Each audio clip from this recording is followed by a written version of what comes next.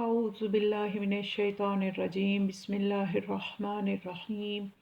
الحمد لله الذي جعلنا من المتمسكين بولاية علي أمير المؤمنين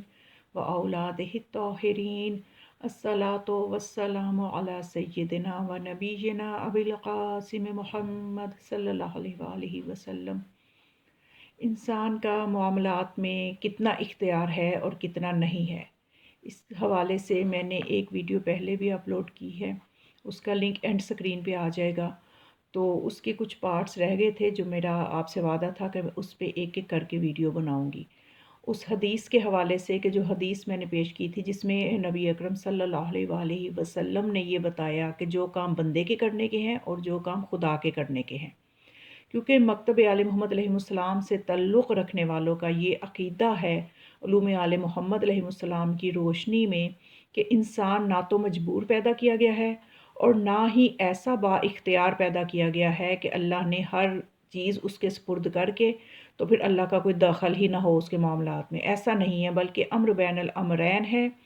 کہ ہمیں جو عقیدہ بنانا ہے وہ معصومین علیہ السلام کی علوم کی روشنی میں وہ یہی بنانا ہے کہ انسان کا جو اختیار ہے وہ امر بین الامرین ہے، یعنی مجبور بھی نہیں ہے اور با اختیار بھی نہیں ہے کہ اللہ کو اس کے معاملات میں دخل ہی نہ رہے۔ کچھ کام بندے کے ہیں کرنے کے اور کچھ کام ہیں جو کہ اللہ نے کرنے ہیں۔ تو اب بعض اوقات ہم یقیناً یہ عقیدہ تو نہیں رکھتے کہ ہم مجبور ہیں، اور یہ بھی عقیدہ نہیں رکھتے کہ ہم اتنے با اختیار ہیں کہ ہمارے کاموں میں اللہ کو کوئی اختیار اور دخل ہی نہ ہو، ہم ایسا عقیدہ بھی نہیں رکھتے۔ لیکن ہم اپنی باتوں سے کچھ باتیں ایسی کر جاتے ہیں کہ جو ہمیں ایسے عقیدے کے مطابق ہوتی ہیں جو کہ باطل عقیدے ہیں۔ مثلاً ہم کوئی مصیبت آئی تو کہہ دیا کہ پتہ نہیں یہ تو مجھے اللہ نے کس مصیبت میں ڈال دیا، حالانکہ اللہ قرآن میں فرماتا ہے کہ انسان پہ جو بھی مصیبت آتی ہے وہ اس کے اپنے اعمال کی وجہ سے آتی ہے، اللہ کی طرف سے صرف اچھائی ہی آتی ہے۔ تو اب یہاں تو ہم کہہ دیتے ہیں کہ میں تو مجبور تھا اس کام کے کرنے پہ، میں کیا کرتا، میری تو قسمت میں ہی ایسے لکھا تھا کہ میں نے یہ کرنا ہے، تو پھر یہ بھی عقیدہ باطل ہے۔ یا پھر کوئی کام کر کے ہم کہتے ہیں کہ میں نے یہ کیا، میری یہ ہمت ہے، میری یہ کوشش ہے، اس میں ہم یہ نہیں کہتے کہ اللہ کے فضل سے میں نے کیا، بس یوں کہہ دیتے ہیں، تو یہ بھی ہم غلط بات کر رہے ہوتے ہیں۔ بلکہ ہمیں ساتھ اللہ کے فضل کو یاد رکھنا چاہیے کہ اللہ کی توفیق سے میں یہ کر پایا، کیونکہ یہ جو میں ہے یہ اللہ کو پسند نہیں ہے کہ میں نے یہ کیا۔ تو ہمیں ساتھ اللہ کی توفیقات کو، اللہ کی مدد کو اور اس کے فضل کو فراموش نہیں کرنا چاہیے۔ تو انسان جو ہے اس کے ذمے کچھ کام ہے وہ انسان نہیں کرنے ہیں، اور جو خدا کے کام ہیں وہ خدا نہیں کرنے ہیں۔ جیسا کہ میں نے حدیث مبارکہ آپ کے سامنے بیان کی تھی کہ نبی اکرم صلی اللہ علیہ وآلہ وسلم نے فرمایا کہ بندے نے کون سے کام کرنے ہیں اور اللہ نے کیا کرنا ہے۔ خدا فرماتا ہے، نبی فرماتے ہیں کہ خدا یہ کہتا ہے المغفرۃ منی و توبۃ منکم، کہ مغفرت بخشش کرنا میرا کام ہے، توبہ کرنا تمہارا کام ہے، توبہ کرو گے تو مغفرت ہوگی۔ اور پھر اس کے بعد فرمایا الجنۃ منی و طاعۃ منکم، جنت دینا میرا کام ہے، اطاعت کرنا تمہارا کام ہے۔ پھر فرمایا کہ الرزق منی و شکر منکم، خدا فرماتا ہے رزق دینا میرا کام ہے، شکر کرنا تمہارا کام ہے، شکر کرو گے تو رزق ملے گا۔ پھر فرمایا کہ چوتھی چیز یہ ہے کہ القضاء منی والرضاء منکم، یعنی راضی رہنا تمہارا کام ہے، فیصلہ کرنا میرا کام ہے۔ پھر پانچویں چیز البلاء منی والصبر منکم، آزمائش میں مبتلا کرنا میرا کام ہے اور اس میں صبر کرنا بندے کا کام ہے، تمہارا کام ہے۔ پھر خدا نے فرمایا الاجابۃ منی والدعاء منکم، کہ اجابت یعنی قبولیت دعا میری طرف سے ہے لیکن دعا کرنا تمہارا کام ہے، کہ تم دعا تو کرو نا، تو پھر جو ہے وہ خدا کی طرف سے قبولیت بھی ملے گی۔ تو اس میں جو سب سے پہلا تھا المغفرۃ منی و توبۃ منکم، اس پہ میں ایک ویڈیو آپ کی سماعتوں کے لیے ہدیہ کر چکی ہوں، اس میں ایک لیکچر،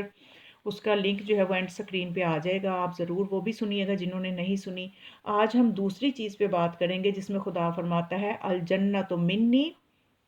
کہ جنت میری طرف سے ہے، والطاعۃ منکم، اور اطاعت کرنا تمہارا کام ہے، یعنی بندہ اطاعت گزار بنے گا تو اس کو جنت ملے گی۔ اب ایک بندہ اطاعت ہی نہ کرے، اطاعت الہی ہی نہ کرے اور کہے کہ اس کو جنت بھی مل جائے، تو ایسا نہیں ہونے والا۔ اطاعت کرنا تمہارا کام ہے اور پھر اس اطاعت کے بدلے میں جنت دینا میرا کام ہے۔ تو اب وہ اطاعت کیا ہے؟ وہ اطاعت جو ہے خدا قرآن میں فرماتا ہے من اطاع الرسول فقد اطاع اللہ، کہ جس نے رسول کی اطاعت کی اسی نے ہی اللہ کی اطاعت کی۔ تو اب رسول خدا جو ہیں وہ ہر زمانے میں تو نہیں ہوں گے، تو انہوں نے کیا فرمایا کہ میرے بعد میری اہل بیت کی اطاعت کرو۔ میں تمہارے درمیان چھوڑ کے جا رہا ہوں، اپنے اہل بیت کو چھوڑ کے جا رہا ہوں، قرآن کو چھوڑ کے جا رہا ہوں۔ انی تارکن فیکم الثقلین کتاب اللہ و عطرتی ما ان تمسکتم لن تضلوا بعدی۔ تو تم ان دونوں سے متمسک رہنا، تو یہی میری مجھ رسول کی اطاعت ہے۔ تو اب اس کا مطلب کہ آل محمد کا ایک فرد ہر زمانے میں ہونا چاہیے۔ اگر قرآن ہر زمانے میں ہے تو ایک فرد بھی اہل بیت کا ہر زمانے میں ہوگا، کہ جس کے ساتھ ہمارا تمسک ہونا، جس کی اطاعت کرنا جو ہے ہمیں اللہ کی اطاعت تک پہنچائے گی۔ تو یقیناً آج ہمارے زمانے کے امام ہمارے درمیان موجود ہیں، اگر ہم ان کی اطاعت کریں گے تو سمجھیے کہ ہم نے رسول کی اطاعت کی، رسول کی اطاعت کی تو سمجھیے کہ ہم نے اللہ کی اطاعت کی، تو پھر جنت کا وہ انسان حقدار بن جائے گا۔ تو پہلے میں تھوڑا سا جنت کے بارے میں بتاؤں کہ جنت کے بارے میں جو آل محمد علیہ السلام کے در سے متمسک ہو جاتا ہے، اس کے لیے جنت وہ جنت نہیں ہوتی کہ جو اتنی آزمائشوں سے اور قیامت اور محشر سے گزرنے کے بعد انسان اس میں داخل ہوگا، اور وہاں دودھ کی نہریں ہوں گی، تو گوشت ہوگا، تو پرندوں کے گوشت ہوں گے اور پھل ہوگا، تو یہ حوریں ہوں گی، تو غلمان ہوں گے۔ بلکہ جب انسان اس طرح سے ایمان اور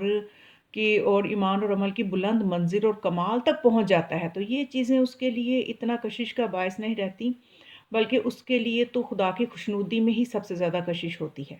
تو جنت بھی اس کو اسی لیے ہی پیاری ہوتی ہے کہ یہاں پہ میرا رب میرے سے راضی ہے، میرا اللہ میرے سے راضی ہے۔ وگرنہ جنت جو ہے وہ آل محمد علیہ السلام کے چاہنے والوں کے لیے منزل نہیں ہے۔ لیکن اس میں جیسے کہ دیکھیے کہ اس حوالے سے ایک حدیث مبارکہ ہے کہ رسول خدا صلی اللہ علیہ وآلہ وسلم نے فرمایا کہ خدا کی رحمت کی طرف، جنت کے باغات کی طرف جلدی کرو، جنت کے باغات کی طرف جلدی چلو۔ تو آپ کے صحابی نے پوچھا کہ یا رسول اللہ، دنیا میں رہتے ہوئے جنت کی طرف ہم کیسے جلدی کریں؟ جنت کے باغ کون سے ہیں؟ تو آپ نے فرمایا کہ جہاں میرا اور میری آل کا ذکر ہو رہا ہو، وہ جگہ جنت کے باغات میں سے ایک باغ بن جاتی ہے۔ تو بالکل اسی نوعیت کا ہمیں ایک امام صادق علیہ السلام کی زندگی میں بھی ایک بہت خوبصورت واقعہ جو میں آپ کی سماعتوں کے لیے ہدیہ کر رہی ہوں۔ امام صادق علیہ السلام اپنے اصحاب کے ساتھ تشریف فرما تھے، تو ایک شخص نے کہا کہ میں تو اللہ سے جنت کا سوال کرتا ہوں، کہ میری یہ خواہش ہے کہ مجھے جنت مل جائے۔ امام علیہ السلام اس کی طرف متوجہ ہوئے، فرمایا کہ انتم فی الجنہ، کہ جنت میں تو تم ہو، یعنی اس وقت تم جنت میں ہی بیٹھے ہوئے ہو۔ فَاسْأَلْهُ أَنْ لَا يُخْرِجَكُمْ مِنْهَا، خدا سے دعا یہ کرو کہ وہ تمہیں اس جنت سے نکال نہ دے۔ اس نے کہا جو التو فدا کا، کہ یبنا رسول اللہ، میں آپ پہ فدا جاؤں، میرے ماں باپ آپ پہ قربان ہوں، نحنو فی الدنیا، ہم تو دنیا میں ہیں۔ یعنی اس کے ذہن میں وہ ایک مخصوص جنت تھی جو کہ مرنے کے بعد اور برزخ سے گزرنے کے بعد، محشر سے گزرنے کے بعد ملنی ہے، حساب و کتاب ہو جانے کے بعد۔ تو مولا نے فرمایا، جب اس نے کہا نا کہ نحنو فی الدنیا، ہم تو دنیا میں ہیں، تو مولا نے فرمایا انتم الستم الستم تقرون بامامتنا و ولایتنا، کہ کیا تم ہماری امامت اور ولایت اس پہ ایمان نہیں رکھتے، اس کا اقرار نہیں کرتے؟ تو اس نے کہا بلا، جی بالکل میں آپ کی امامت اور ولایت کا اقرار کرتا ہوں۔ تو پھر مولا نے فرمایا جو ہماری امامت کا اقرار کرے اور ہمارے تصرفات میں، ہمارے اختیار میں شک نہ کرے، اور پھر اس کے بعد ہماری محفل میں آ کے بیٹھے، تو سمجھ لے وہ جنت کے ٹکڑوں میں سے ایک ٹکڑے پہ بیٹھا ہوا ہے، وہ جنت کے باغات میں سے ایک باغ میں بیٹھا ہوا ہے، وہ جنت میں ہے۔ پھر ساتھ مولا نے کیا فرمایا کہ دعا بلکہ تم یہ کرو اللہ یخرجکم منہا، کہ خدا اس جنت سے تمہیں نکال نہ دے۔ یعنی ہم ایسا نہ ہو کہ ہم اسی بات میں خوش ہو جائیں کہ ہم معصومین علیہ السلام سے محبت کرتے ہیں اور ہم جنت میں ہیں اور ہمیں جنت ہمیں ہی ملنی ہے، تو اطاعت کے بغیر جنت نہیں ملنی۔ اطاعت کریں گے تو معصومین ہم سے راضی ہوں گے، اطاعت کریں گے تو پھر اللہ ہم سے راضی ہوگا، تو جنت تو اطاعت کے ساتھ ہی ملنی ہے۔ اور ایسا نہ ہو کہ دنیا کے پیچھے چل کے کہیں اپنا عقیدہ خراب کر لیں یا اپنا ایمان خراب کر لیں یا اپنا عمل خراب کر لیں، تو پھر ہمیں معصوم قبول ہی نہ فرمائے۔ تو اس لیے ہمیں اپنے زمانے کے امام کی، کیونکہ ہر زمانے میں اللہ نے ایک حجت رکھی ہے، اہل بیت کا ایک فرد ہر زمانے میں ہے، امام زمان علیہ السلام ہمارے درمیان موجود ہیں، تو ہمیں ان کے ساتھ اپنے جو ہے ان کی محبت کو حاصل کرنا چاہیے، ان کی توجہ کو حاصل کرنا چاہیے، کیونکہ وہ امام جو ہیں وہ ہمارے درمیان موجود ہیں، ہمارے حالات سے آگاہ ہیں، ہمارے مشکلات کو دیکھ رہے ہیں، ہمارے دلوں کے حالات کو بھی جانتے ہیں۔ میں نے امام علیہ السلام کے 3 حقوق بھی بتائے ہیں کہ ہر زمانے کے امام کے کیا حقوق ہوتے ہیں اپنے چاہنے والوں پہ، وہ بھی آپ دیکھیے گا ضرور۔ تو اس میں اس کے بعد یہ کہ نا انسان جو ہے اطاعت کی جب منزل پہ قدم رکھتا ہے تو اس کی بہت سی درجے ہیں، بہت سی سٹیجز ہیں، کہ جتنا انسان اطاعت الہی کرتا رہتا ہے اتنی ہی اس کے لیے اللہ کی طرف سے تصرفات میں اضافہ ہوتا رہتا ہے، اس کے اختیارات معنوی میں اضافہ ہوتا رہتا ہے، اس کی روحانی قوتوں میں اضافہ ہوتا رہتا ہے، حتیٰ کہ اس منزل تک بھی انسان آ جاتا ہے کہ حدیث مبارکہ میں ہے کہ عبدی اطعنی اجعلک مثلی، کہ اے بندے تو میری اطاعت کر، میں تجھے اپنے جیسا بنا لوں گا۔ یعنی ایک عام بندے کو یہ آفر کی جا رہی ہے، یہ آفر ایسا نہیں ہے کہ صرف معصومین کے لیے ہے، ہر بندے کے لیے آفر ہے کہ جو بھی ہے، خدا کہتا ہے کہ جو بھی میری اطاعت کر لے میں اسے اپنی مثل بنا لوں گا۔ انا حی لا اموت، میں زندہ ہوں مجھے موت نہیں آتی، اجعلو کا حی لا تموت، تجھے بھی ایسا زندہ کر دوں گا کہ تجھے بھی موت نہیں آئے گی۔ تو واقعاً آپ غور کریں، تاریخ میں دیکھیں کہ جن جن لوگوں نے اللہ کی اطاعت کی، اللہ کے فضل و کرم سے ان کے نام آج بھی زندہ ہیں، مومنین کے دلوں میں زندہ ہیں، ان کی زبانوں سے ان کا ذکر ہوتا ہے، اور ان کو جہاں پہ اللہ نے ایسے جائے مدفن دیے کہ وہاں پہ نور کی بارش ہوتی ہے۔ تو یہ جو ہے خدا اب اس بندے کو بھی زندگی ہمیشہ کی دے دیتا ہے۔ تو پھر جب خدا ایک عام سے بندے کو یہ کہہ رہا ہے کہ تم میری اطاعت کرو، میں تجھے اپنے جیسا بنا لوں گا، تو سوچئے کہ پھر جو معصومین کے تصرفات اور اختیارات کیا ہوں گے، کہ جن کی اطاعت کی منزل اتنی بلند تھی کہ مولا علی علیہ السلام یہ فرماتے ہیں کہ میں علی اتنی سی بھی اللہ کی معصیت نہیں کر سکتا کہ چونٹی کے منہ سے جوں کا چھلکا بھی چھینوں، اتنی سی بھی معصیت نہیں کر سکتا۔ تو سوچئے اس علی علیہ السلام امیر کائنات کی اطاعت کے کیا مقامات ہوں گے۔ تو اسی طرح سے معصومین علیہ السلام کی اطاعت کی کیا منزلیں ہوں گی، اس لیے ان کی کرامات پہ، ان کے اختیارات پہ شک کی گنجائش ہی باقی نہیں رہتی۔ جب ایک عام بندہ اطاعت کرے تو اس کو اتنے تصرفات مل جاتے ہیں، تو وہ ہستیاں جو اطاعت کی اتنی بلند منزل پہ ہوں کہ اللہ نے جن کی اطاعت میں اپنی اطاعت کو رکھ دیا، کہ جو اپنے زمانے کے امام کی اطاعت کرے گا، اپنے زمانے کے امام کی معرفت حاصل کرے گا، اصل میں اس نے اللہ کو اس نے پہچانا، کہ جس نے اپنے زمانے کے امام کو پہچانا وہی صحیح طور پر توحید کو بھی سمجھے گا اور صحیح طور پہ اللہ تک بھی پہنچے گا۔ تو اس لیے مولا کائنات کے معجزات، ان کی کرامات پہ شک کی گنجائش نہیں رہتی، کہ جس باب خیبر کو دیکھ کے دنیا شک کرتی ہے کہ پتہ نہیں یہ صحیح بھی ہے کہ نہیں، علی نے کیسے ایک انگلی سے اکھاڑا اور فضا میں لہرا دیا۔ تو اس علی سے جب پوچھا گیا تو مولا نے فرمایا کہ میں نے اسے قوت انسانی سے نہیں اکھاڑا، ما قلعت باب خیبر بالقوت الانسانی بل بقوت ربانیہ، کہ میں نے قوت انسانی سے نہیں، قوت ربانی سے در خیبر کو اکھاڑا تھا۔ تو یہ بات ہے کہ وہ ہستیاں اطاعت کی درجہ کمال پہ ہیں۔ تو اس لیے آج بھی اگر ہم اپنے زمانے کے امام کی اطاعت کریں، ان کے فرامین پہ عمل کریں، ان کے فرامین کو پڑھیں، ان مطالعہ کریں، ان کی مشکلات کو سمجھیں کہ اس وقت ہماری وجہ سے ہمارے زمانے کے امام کتنی غیبت کی سختیوں میں ہیں، غیبت کی دشواریوں میں ہیں، وہ چاہتے ہیں کہ ان کا ظہور ہو اور وہ اپنے اجداد پہ ہونے والے مصیبتوں اور ظلموں کا بدلہ لے سکیں۔ تو اس لیے ہمیں اپنے زمانے کے امام کی تکلیف کو محسوس کرنا چاہیے، ان کی غیبت کی تکلیف کو محسوس کرنا چاہیے۔ اگر ہم اس طرف متوجہ ہوں گے، مخلص ہوں گے، اطاعت کریں گے اپنے زمانے کے امام کی، تو وہ ہرگز ہماری کوششوں کو رائیگاں نہیں کریں گے۔ ایک بہت خوبصورت واقعہ کے ساتھ میں اطاعت والے اس موضوع کو اختتام کرتی ہوں۔ اس کے بعد اگلا موضوع جو ہوگا انشاءاللہ، یہ 6 چیزیں ہیں، دوسری چیز آج میں نے بیان کر دی، اب اگلی چیز انشاءاللہ اگلی ویڈیو میں بیان کروں گی۔ تو اس اطاعت والے موضوع کو میں ایک بہت خوبصورت سے واقعہ کے ساتھ جو آپ کے قلوب کو منور کرے گا، اذہان عالیہ کو منور کرے گا۔ تو اس واقعہ میں حاجی نوری جو ہیں یہ نجم الثاقب میں لکھتے ہیں محی الدین سے نقل کرتے ہیں کہ محی الدین یہ کہتا ہے کہ ایک دن میں اپنے والد محترم کی خدمت میں بیٹھا ہوا تھا اور میرے علاوہ ایک اور شخص بھی وہاں آیا، اور اچانک اس شخص نے، ہم باتیں کر رہے تھے کہ اسے اونگ آئی، نیند آ گئی، اور جھٹکے سے جب اس نے ایک جھٹکا لیا تو اس کے سر سے عمامہ گر پڑا، اور ہم باپ بیٹا دونوں دیکھ کے یہ حیران رہ گئے کہ اس کے سر پہ تلوار کے زخم کا گہرا نشان تھا۔ تو میرے والد محترم نے پوچھا کہ آپ کے سر پہ یہ زخم کیسا ہے؟ اس نے کہا یہ وہ زخم ہے جو جنگ صفین میں میرے سر پہ لگے تھے۔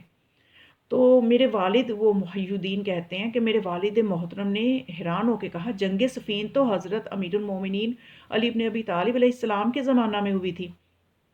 اور ان کے اور ہمارے زمانے میں صدیاں گزر گئیں، تو اتنی آپ کی کیسے عمر ہو سکتی ہے؟ آپ کیسے سفین میں موجود ہو سکتے ہیں؟ تو اس نے کہا کہ بات اصل میں یہ ہے کہ چند سال قبل میں مصر کی طرف جا رہا تھا کہ راستے میں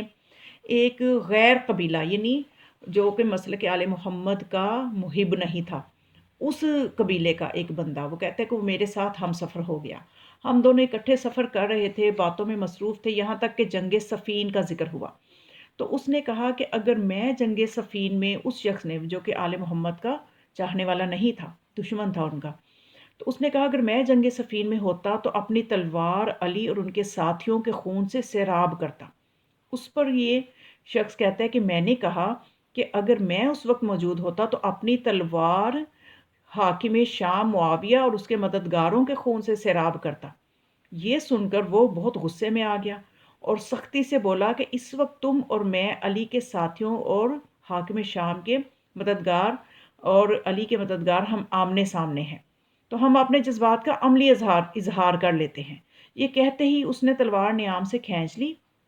اور کہتا ہے کہ میں حالانکہ اس موضوع پہ اس کے ساتھ جنگ نہیں کرنا چاہتا تھا، کیونکہ ہمیں تو ویسے بھی آل محمد علیہ السلام کا تربیت یافتہ جو شخص ہو،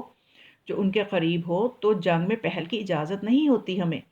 تو کربلا میں بھی آپ نے دیکھا کہ کئی موقع ایسے تھے کہ اگر مولا حسین علیہ السلام حملہ کرتے ان کے اپنے لشکر کے ساتھ، تو وہ جو ہے اس طرح سے کئی لوگوں کو جہنم واصل کر سکتے تھے، کسی بہت بڑی ایک ظاہری دنیا کی نظر میں جو فتح یابی ہے وہ حاصل کر سکتے تھے، لیکن پہل نہیں آپ نے کبھی بھی کی، کسی بھی موقع پہ آپ نے پہل نہیں کی۔ تو اس شخص نے بھی کہا میں پہل نہیں کرنا چاہتا تھا، کیونکہ ایک تو ظاہر ہے کہ مسلک جو ہے ہمیں اجازت نہیں دیتا، آل محمد علیہ السلام کی تربیت اجازت نہیں دیتی،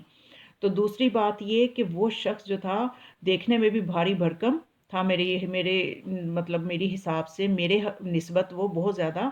طاقت میں تھا۔ تو اس نے جب مجھے للکارا تو میں نے بھی پھر جنگ پہ آمادہ ہو گیا، میں نے بھی تلوار نیام سے نکالی اور مقابلے پہ ڈٹ گیا۔ ہم نے ایک دوسرے پہ حملہ کیا اور دونوں زخمی ہو گئے، لیکن وہ کہتا ہے کہ مجھے نسبتاً زیادہ زخم آئے، اور پھر نوبت یہ ہوئی کہ میں زخموں کی شدت کی وجہ سے بے ہوش ہو کے زمین پہ گر پڑا۔ اچانک میں نے محسوس کیا کہ ایک اجنبی شخص نیزے کی انی سے مجھے بیدار کر رہا ہے۔ آہستہ آہستہ وہ نیزے کی انی کو میرے جسم میں آہستہ سے لگاتا ہے، اور پھر جب میں ہوش میں آیا تو وہ شخص اپنے گھوڑے سے اترا، میرے زخموں پہ ہاتھ پھیرنے لگا، اور اس کے ایسا کرتے ہی میرے زخم فوراً درست ہو گئے، اور میں نے اپنی ساری اور میری ساری کمزوری بھی زائل ہو گئی، اور میں اٹھ کھڑا ہو گیا۔ اس نے مجھے وہیں رکے رہنے کو کہا اور قریب نشیب میں اترا، اور کچھ دیر کے بعد واپس آیا۔ تو نشیب سے جب واپس آیا تو میں نے دیکھا کہ اس کے ایک ہاتھ میں میرے اسی رفیق سفر، یعنی وہ جو حاکم شام کا حامی تھا، حاکم شام کا چاہنے والا تھا، تو اس کا سر تھا ایک ہاتھ میں، اس کا سر تھا دوسرے ہاتھ میں اس کے گھوڑے کی لگام ہے، اور وہ میرے قریب آیا وہ شخص اور مجھ سے گویا ہوا یہ تیرے دشمن کا سر ہے، اور اب یہ سارا مال تیرا مال غنیمت ہے، اور تو نے چونکہ ہماری مدد کی ہے، یعنی مولا کو اپنے جد کی تائید کرنا کتنا پسند آیا، اور وہ کسی کی بھی اس طرح کی مدد کو وہ ہنسیاں رائے گا نہیں کرتی۔ اور پھر ایک مرتبہ وہ آپ نے مشہور واقعہ شاید سنا ہو کہ امام صادق علیہ السلام کی خدمت میں بھی ایک جوان آیا تھا جس نے امامت کے لیے دلائل پیش کیے تھے، تو اس مناظرے کو جیتا تھا، تو امام علیہ السلام نے سب کے سامنے اس کو بہت عزت بخشی تھی۔ تو اسی طرح سے امام زمانہ علیہ السلام کو بہت اچھا لگا کہ اس نے میرے جد کی تائید کی ہے، اور پھر فرمایا کہ تو نے چونکہ ہماری مدد کی ہے اس لیے ہم بھی تیری مدد کو آئے ہیں، اور جو کہ اللہ کے نمائندے کی مدد کرے تو اللہ بھی اس کی مدد کرتا ہے۔ تو یہ بات اطاعت کی آ گئی کہ جو اللہ کے نمائندے کی اطاعت کرتا ہے تو سمجھو کہ اس نے اللہ کی اطاعت کی، تو پھر جنت اس کے لیے کوئی مشکل نہیں رہ جاتی، وہ تو دنیا میں بھی جنت میں ہے۔ تو پھر وہ کہتا ہے کہ میں نے پوچھا آپ کون ہیں؟ تو انہوں نے کہا کہ میں حجت ابن الحسن صاحب الزمان ہوں، اور پھر مجھے فرمایا جو کوئی تجھ سے پوچھے کہ تیرے سر پہ یہ زخم کیسے ہیں تو اس سے کہنا یہ جنگ صفین کے زخم ہیں۔ یعنی ایک اعزاز دیا کہ سمجھو کہ تم نے علی کی ہمراہی میں جنگ کی ہے، علی ابن ابی طالب علیہ السلام کی ہمراہی میں جنگ کی ہے، اتنے اس کے فعل کو پسند فرمایا، اور پھر انہوں نے فرمایا اور پھر میری نظروں سے اوجل ہو گئے۔ اس کے بعد سے اب جو بھی کوئی مجھ سے ان زخموں کے بارے میں پوچھتا ہے تو میں یہی جواب دیتا ہوں، یہ وہ زخم ہے جو جنگ صفین میں میرے سر پر لگے تھے۔ اور پھر وہ کہتا ہے کہ نہ، جب یہ بات سنی تو ہم دونوں باپ بیٹا اس کی طرف دیکھ کر مسلسل آنسو بہاتے رہے۔ تو بہرحال اطاعت کی منزل پہ جب انسان ہوتا ہے تو بہت کچھ اس کو ملتا ہے معصومین علیہ السلام کی طرف سے بھی۔ آج بھی اگر ہم اپنے زمانے کے امام کی اطاعت کی نیت کر لیں تو یقین کیجئے کہ ان کی توجہ کو پانا بالکل مشکل نہیں ہے، اور وہ تو ہمارے لیے دعائیں کرتے ہیں۔ ہمیں بھی چاہیے کہ ہم اپنے امام علیہ السلام کے ظہور کی دعا کریں، اور میری کوشش یہ ہوگی کہ انشاءاللہ آئندہ جتنے بھی لیکچرز ہوں اس میں امام زمان علیہ السلام کو ضرور تذکرہ ہو، کیونکہ اس وقت بہت ضرورت ہے ہمیں ان کی، بلکہ ہر زمانے میں ضرورت رہی ہے، اور آج کے پورا شعب دور میں بھی ہم چاہتے ہیں کہ ہمارے امام کا جلدی ظہور ہو، اور ہماری اس کاوش کو مولا قبول فرمائیں، اور اپنی جدہ فاطمہ زہرا سلام اللہ علیہا کے صدقے سے ہمیں با ایمان ہی دنیا سے جانا نصیب ان کے صدقے سے ہو۔ وما علیہ الا البلاغ، والسلام علیکم ورحمۃ اللہ وبرکاتہ۔